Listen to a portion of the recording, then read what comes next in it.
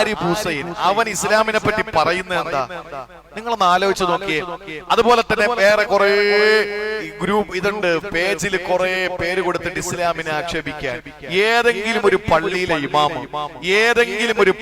ഇമാമ് ജുമുഅ പ്രസംഗത്തിലോ അല്ലെങ്കിൽ പെരുന്നാൾ പ്രസംഗത്തിലോ അല്ലെങ്കിൽ സ്വകാര്യ പ്രസംഗങ്ങളിലോ ഇവർ ആരാധിക്കുന്ന ദേവിമാരെയോ ദേവന്മാരെയോ അവരുടെ ആരാധ്യ വസ്തുക്കളെയോ ആക്ഷേപിച്ചാൽ അത് ഇസ്ലാമിന്റെ നയമല്ല.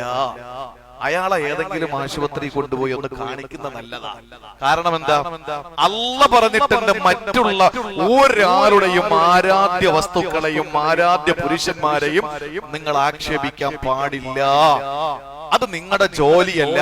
അവർ ആരാധിച്ചോട്ടെ. ലക്കും ദീനുക്കും വലിയ ദീൻ. അവർക്ക് അവരുടെ മതം, നിങ്ങൾക്ക് നിങ്ങളുടെ മതം. അതിനെ നിങ്ങൾ റെസ്പെക്ട് ചെയ്യണം. അതിനെ നിങ്ങൾ കൃത്യമായി അവരെ ബഹുമാനിക്കുന്നത് പോലെ നിങ്ങൾ ബഹുമാനിക്കണമെന്ന് പറയുന്നില്ല. പക്ഷെ അവരെ നിങ്ങൾ ആക്ഷേപിക്കാൻ പാടില്ല, അവരെ നിങ്ങൾ അവഹേളിക്കാൻ പാടില്ല. ഇത് ഇസ്ലാമിന്റെ നയമാണ്.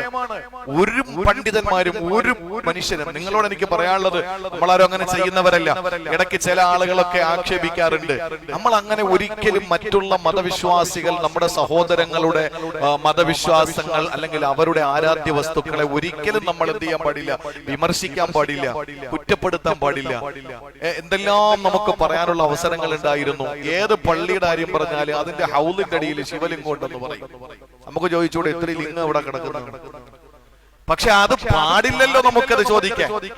അത് നമുക്കങ്ങനെ വിമർശിക്കാൻ പാടില്ലല്ലോ. കാരണം മറ്റുള്ള ഒരു സമൂഹം ആരാധിക്കുന്ന ആരാധ്യ വസ്തുക്കളെ ഒരു കാരണവശാലും വിമർശിക്കാൻ പാടില്ല. ഇസ്ലാമിന്റെ നയമാണ്, ഇസ്ലാമിന്റെ നിയമമാണ്.